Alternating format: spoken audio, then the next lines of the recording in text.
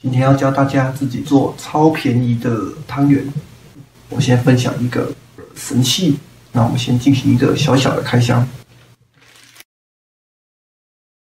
开箱完毕，那打开里面长这样子，这里放一颗一颗小冰块，那你就转，你一直转一直转，然后这个刀子就会去削到它的冰块，那就会做出刨冰。我先拿一颗冰块试试看，先把它丢进去。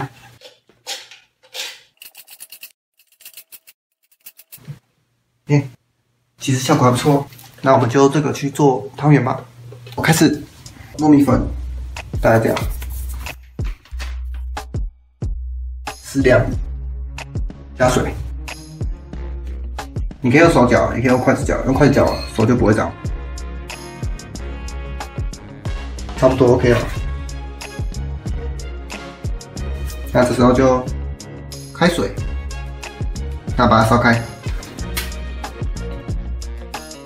水烧开了之后呢，就把刚刚做的1/5糯米团捏成一块一块的丢下去煮，煮到它浮起来。好，已经浮起来了，捞起来，长这样子。那这1/5，你就再加4/5跟它混，适量加。那你就把它搅拌。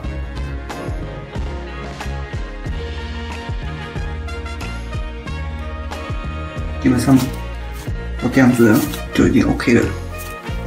把它搓成一长条。好，这样。那接下来，先打开我们的酱，先包巧克力的。所以我决定这些剩下的都用煮的，然后沾那个酱吃。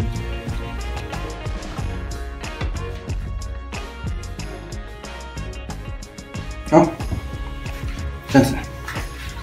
那我们再烧水，汤圆丢下去。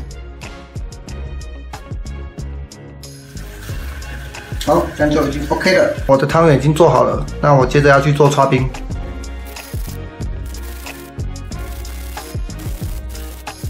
现在刨冰做的差不多了，已经做了满一碗了。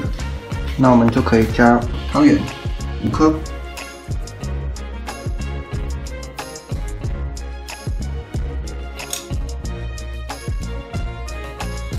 对，巧克力口味，花生口味，加一些蜂蜜，再加一些冰。我们的汤圆冰已经做好了，那接下来我就要去试吃了。哎呦，花生口味的汤圆。